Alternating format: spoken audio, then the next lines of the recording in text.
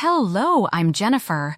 Welcome to another episode of Case Brief, brought to you by the Missouri Sheriff's Association. Before we get started, I want to remind everyone that this information is for training purposes only and in no way is to be considered legal advice. Today, we focus on an Eighth Circuit court case related to reasonable suspicion to stop a vehicle and whether officers can seize a witness to a crime. Our goal is to provide a clear understanding of how such cases unfold. Remember, this content is educational and not legal advice. So, let's dive into the details. In the early morning hours on July 31, 2020, a victim reported an assault with a firearm and attempted robbery. St. Cloud police officer Benjamin Ekberg arrived at the scene and met the victim, Usman Ba, near the site of the assault. Although Ba spoke quickly with a thick accent, Ekberg understood that a man grabbed Ba and that he saw a firearm during the altercation. Ba told Ekberg that a silver SUV, stopped at a nearby red light, was at the scene during the assault. Officer Ekberg radioed Sergeant Roger Bauman in a nearby patrol vehicle to stop the SUV because it was leaving the area, and the victim said that witnesses or persons involved in the assault may be inside. This phrase, persons involved in the assault may be inside, will later be an important aspect of the Eighth Circuit Court's decision. Bauman caught up to the SUV, turned on his emergency lights, and the SUV pulled over. Williams was in the front passenger seat, with his hands in the air shaking. Ellison, in the driver's seat, told Bauman they had come from a nearby gas station. Bauman had observed the SUV drive past the gas station without stopping. He smelled a strong odor of marijuana, and Williams matched Ba's description of the assailant that Officer Ekberg had radioed to Bauman shortly after the stop. Bauman directed Officer Dwayne Bergsnev, who had arrived at the scene, to detain Williams. When Bauman observed a small plastic bag on the driver's side floorboard, which he believed to be narcotics, he detained Ellison. Ekberg brought Ba to the scene. Ba identified Williams as the assailant. The officers arrested Williams and searched the SUV, finding a Smith & Wesson handgun and ammunition and bags containing heroin. Cocaine base and ecstasy pills in the sunglasses compartment. Testing of the handgun revealed the DNA profile matched that of Williams. Officers again encountered Williams on November 13th, when the St. Cloud Hospital reported to the St. Cloud Police Department that Ellison brought her 5-year-old son there after suffering a gunshot wound to the head. He was pronounced dead at the hospital. Investigating officers interviewed Williams, Ellison, and Williams's daughter, who told them she found a purple and black firearm next to Ellison's son when she discovered him in the home. Williams told officers he accompanied Ellison and her son to the hospital. A neighbor's security camera showed that he stayed at the house and, after Ellison left, placed a black backpack in a garbage bin and covered it with a bag of trash. Pursuant to a search warrant, officers recovered 2 firearms in the garbage bin, cocaine, ecstasy pills, and synthetic marijuana in the garbage bin and the home, and drug paraphernalia and digital scales in a bedroom. One of the firearms, the 9mm Taurus, matched the daughter's description of the gun she found. This resulted in Williams being arrested and charged again. On November 16th, St. Cloud police investigator Ryan Ebert applied for a warrant to search Williams's smartphone for evidence he possessed the gun involved in the November 13th shooting. A Stearns County District Court judge issued the warrant that day, authorizing officers to search the smartphone and to seize any and all information stored within the cellular phone, including but not limited to email addresses, calls, text messages, photographs, videos, browsing history, and all information as it relates to social media communication and any data included within stored applications. Between October 22nd and November 16th, this broad language will later prove to be problematic. Officers discovered a photograph of the purple and black Taurus found in the garbage bin and a text message that said, "My new toy." Williams argues that the July stop of the SUV violated his Fourth Amendment right to be secure against unreasonable searches and seizures.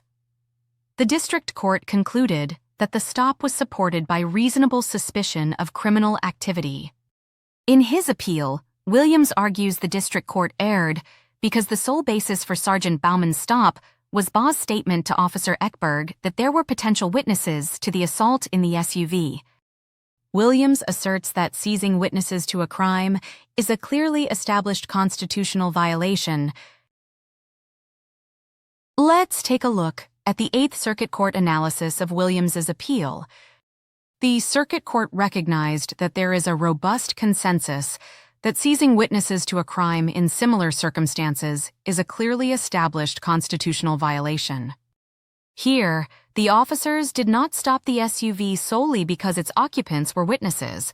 The district court credited Officer Ekberg's testimony that victim Baugh, in his initial recount of a terrifying assault, communicated that there were either witnesses or other involved parties inside the SUV. The circuit court agreed this gave Officer Ekberg reasonable suspicion to order Sergeant Bauman to make an investigatory stop of a vehicle whose occupants had been linked to a criminal incident. The court went on to say that reviewing courts must look at the totality of the circumstances and must allow officers to draw on their own experience and specialized training to make inferences from and deductions about the cumulative information available to them. The Eighth Circuit Court found that the district court did not err in concluding that Ekberg had reasonable suspicion to order the traffic stop.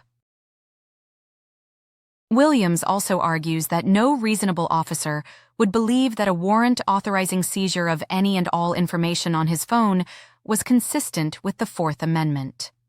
He argues the use of any and all language, followed by a non-exclusive list of broad categories of electronically stored information, authorizes the kind of general exploratory rummaging prohibited by the Fourth Amendment. In assessing the objective reasonableness of a police officer's belief in the validity of a warrant, the court looked to the totality of the circumstances, including any information known to the officer but not presented to the issuing judge. The court also referenced the Leon good faith rule, provides that evidence obtained in executing a warrant will not be excluded at trial. When an officer acting with objective good faith has obtained a search warrant from a judge or magistrate and acted within its scope, even if the warrant is later invalidated. The court went on to say, suppression is appropriate only if the officers were dishonest or reckless in preparing their affidavit or could not have harbored an objectively reasonable belief in the existence of probable cause. It is important to note that the court looked at a number of factors specific to Investigator Ebert's affidavit in support of the warrant application, as well as Ebert's actions. The district court emphasized Ebert both requested the warrant and examined the cell phone contents.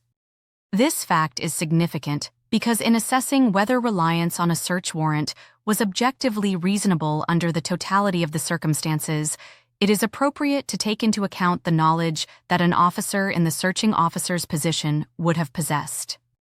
You keep in mind, different facts may lead to a different holding in a subsequent case. As we prepare to close, I want to offer this practical guide for officers when conducting lawful traffic stops and searches. First, establish reasonable suspicion. Before initiating a traffic stop, ensure there is a particularized and objective basis for suspecting legal wrongdoing. This can be based on specific and articulable facts, such as matching a suspect description or observing a traffic violation. Do not stop vehicles for the sole purpose of detaining a witness, as the courts hold that there is a robust consensus that seizing witnesses to a crime in similar circumstances is a clearly established constitutional violation. Second, observe and document behavior.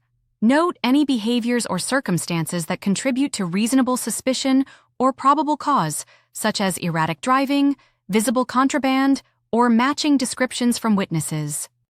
Third, conduct searches lawfully for vehicle searches. If probable cause exists, for example, visible contraband or the smell of illegal substances, a warrantless search of a vehicle may be permissible under the automobile exception. 4. Consent searches. Always obtain clear and voluntary consent before conducting a search when no other legal basis exists. Ensure the individual has the authority to consent and that the consent is not coerced. And finally, stay informed on legal standards. Regularly review and understand current laws and court rulings related to search and seizure, reasonable suspicion, and probable cause to ensure compliance and protect individuals' constitutional rights. Finally, I want to close with this practical guide for officers relating to cell phone searches and warrants. First, particularity is essential. Warrants authorizing electronic searches must specifically describe the data to be seized.